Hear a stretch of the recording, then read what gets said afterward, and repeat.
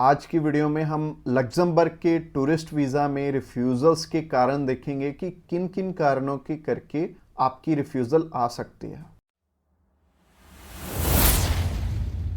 Subscribe कीजिए हमारे इस चैनल को और टूरिस्ट वीज़ा में आने वाले अपडेट्स के बारे में अप टू डेट रहिए। तो जहां तक बात की जाए आज के टाइम में रिफ्यूज़ल्स की, रिफ्यूज़ल रेट बहुत ज़्यादा पीक पे है और जैसे कि मैंने बताया 4 बारी अप्लाई करके 5 बारी अप्लाई करके भी लोग बैठे हैं जिनको कि समझ में नहीं आ रहा कि उनका रिफ्यूज़ क्यों हुआ है। तो सबसे बड़ी इसमें दिक्कत होती है रिक्वायरमेंट्स की। एक एम्बेसी की जो रिक्वायरमेंट है ना, वो ना तो आपको किसी साइट से मिलेगी और ना ही इसमें इलेबोरेट आपको एम्बेसी करेगी। चाहे उन्हें खुद फोन लगा लेना, चाहे आप वीएफएस को फोन लगा लेना, वो भी आपकी हेल्प नहीं करेंगे।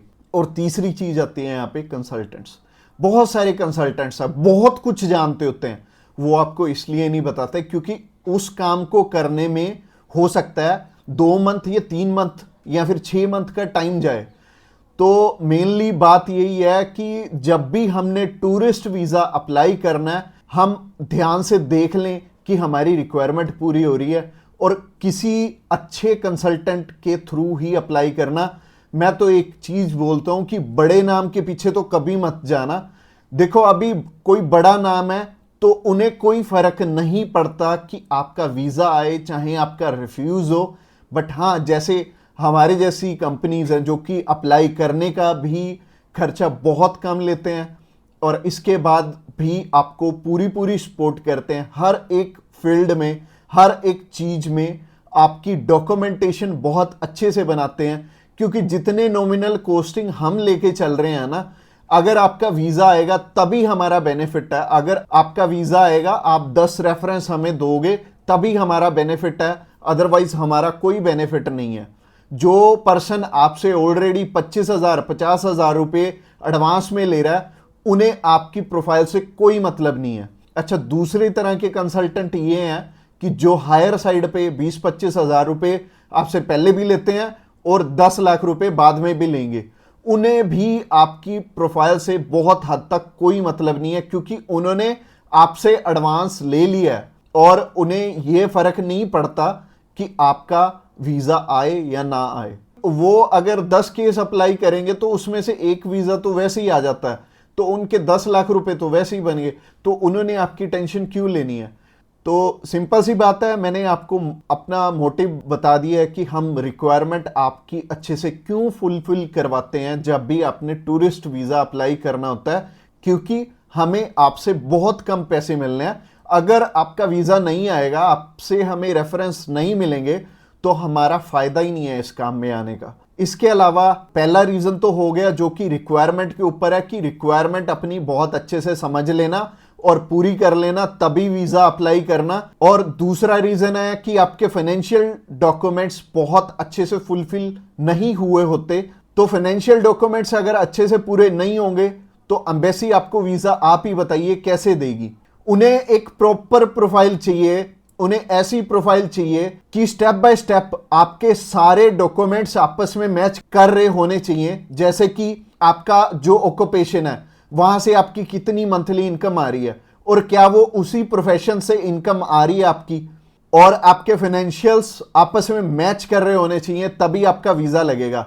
तो अगर आपको नहीं पता है कि आपके फाइनेंशियल मैच कर रहे हैं या नहीं कर रहे, तो आप क्या कर सकते हैं, आप अभी हमें कॉल कर सकते हैं। आप जान सकते हैं कि आपके फाइनेंशियल अच्छे से मीट कैसे होंगे। और कॉल तो आप इस वीडियो के एंड में ही हमें करना, क्योंकि आगे जो रीजन है वो भी बहुत स्ट्रॉन्ग रीजन है कि आपका वीजा इन इन कारणों से भी हो सकता है। प्रोफाइल का तो मैंने आपको बता दिया कि आप हमें कॉल कर लेना। इसके अलावा जो तीसरा सबसे बड़ा रीजन है वो है कि आपके यहां पे इंडिया में टाई स्ट्रॉन्ग ना होने, यानी कि इंडिया में आपका कोई ऐसा रीजन नहीं है कि आप वापस लौट के आओ। जैसे कि मैरिड है अगर कोई, तो उनकी वाइफ उनका रीजन बनती है वापस आने का, और अगर कोई अनमैरिड है उसको थोड़ी सी प्रॉब्लम ही आती है। बट इसका भी सोल्यूशन है कि आप बेटर है, अगर आप 20-21 साल के हो, 22 साल के हो, तो बाहर जाने के लिए मैरिज तो करोगे नहीं, तो कर क्या सकते हो, आप अपनी मम्मी या फिर अपने पापा में से किसी एक जने को अपने साथ में अप्लाई करवा लो। इससे क्या होगा कि अगर मम्मी आपके साथ जा रही हैं, आपका नहीं है वापस आने का स्ट्रॉन्ग रीजन, बट उनका बन गया, तो उनके चक्कर में आपका भी वीजा आ जाने वाला है। तो आप कर कह सकते हो या फिर मम्मी या फिर पापा को अपने साथ में अप्लाई करवा लो, तो ज्यादा अच्छा रहेगा, आपका भी टाई स्ट्रॉन्ग हो जाएगा। तो तीसरा रीजन हो गया। रीजन नंबर 4 की तरफ बढ़ते हैं। और जो चौथा रीजन है वो ये रीजन है कि आप यहां पे घूमने के लिए जा रहे हो, आपका पर्पस मैटर करता है। जब आप कवरिंग लेटर बना रहे हो तो कवरिंग लेटर ये तो आपके हाथ में नहीं है, ये तो आपके कंसल्टेंट के हाथ में है कि आपका पर्पस बहुत ज्यादा स्ट्रांग होना चाहिए, तभी आपको एक कंट्री वीजा देगी। और वीजा उन्हीं को मिलेगा, लाखों लोग अप्लाई करते हैं जिनका की एक पर्पस होगा, जिनका एक कारण होगा बाहर जाने का। वीजा सिर्फ उन्हें ही मिलने वाला है जिनका एक रीजन बहुत ज्यादा स्ट्रांग होगा। तो रीजन बहुत ज्यादा आपका स्ट्रांग बनाएंगे अगर आप हमारे थ्रू अप्लाई करेंगे।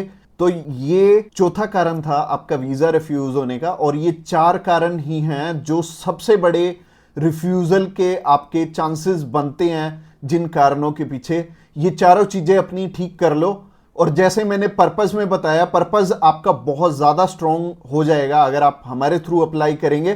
तो अगर आप हमारे थ्रू अप्लाई करना चाहते हैं, आप जानकारी लेना चाहते हैं कि आपके रिक्वायरमेंट पूरी है, क्या आपके फैमिली टाइज स्ट्रांग है, तो आप अभी हमें कॉल करके पता कर सकते हैं कि क्या आपकी रिक्वायरमेंट अच्छे से पूरी है, क्या आपके फाइनेंशियल डॉक्यूमेंट जो कि सबसे ज्यादा इंपॉर्टेंट है आपस में मैच कर रहे हैं। इसके अलावा जो तीसरा कारण था वो था आपके फैमिली टाइज कितने स्ट्रांग है। इसके अलावा चौथा कारण है कि आपका पर्पस हम कितना स्ट्रांगली लगाएंगे। इसके ऊपर आपका वीजा डिपेंड करेगा। और वीजा चाहे आप फर्स्ट टाइम अप्लाई कर रहे हो, चाहे ऑलरेडी आपके 1 रिफ्यूजल है, 2 है, 3 है, 4 है, जितनी मर्जी आपकी रिफ्यूजल्स हैं, मैटर नहीं करती। हमारे पास बहुत सारे लोग आते हैं, एक पर्सन का हमने अप्लाई करके दिया था और उनका टोटल 12 बार रिफ्यूज था, 13th टाइम उनका वीजा आया था। और मोस्टली लोग 1 बारी, 2 बारी, 3 बारी, तो बहुत सारे लोग रिफ्यूज होते हैं। कई लोग तो 4-4, 5-5, 6-6 बार रिफ्यूज होते हैं। इवन उन्हें ये नहीं पता लगता कि हम करें तो करें क्या। वीजा तो हमें लेना है, और लेना भी बिल्कुल सही मायने में है, एक्स्ट्रा पैसे देके नहीं लेना, एक बिल्कुल नॉमिनल चार्जेस में ही अप्लाई करवाना है किसी से।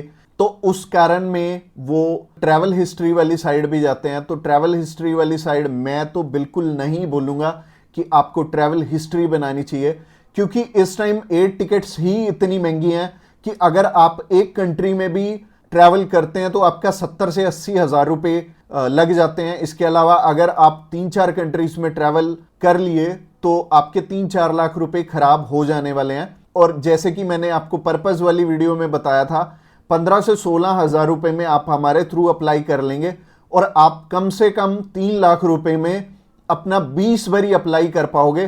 तो ट्रैवल हिस्ट्री पे बिल्कुल भी पैसे मत लगाना।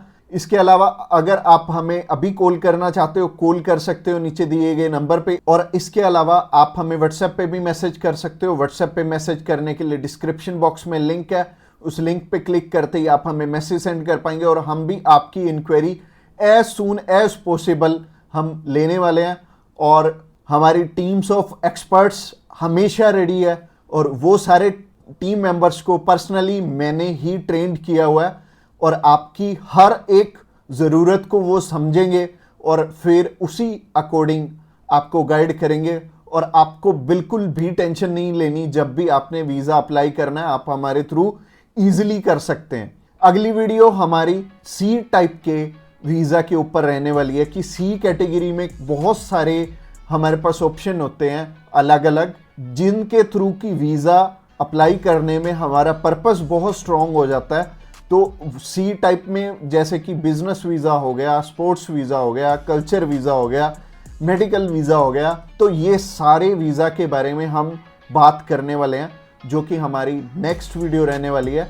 तो आपने क्या करना है, हमारी नेक्स्ट वीडियो को भी जरूर ध्यान से देखना। Thanks a lot for watching this video till the end, और मिलते हैं किसी बढ़िया सी वीडियो में नेक्स्ट टाइम।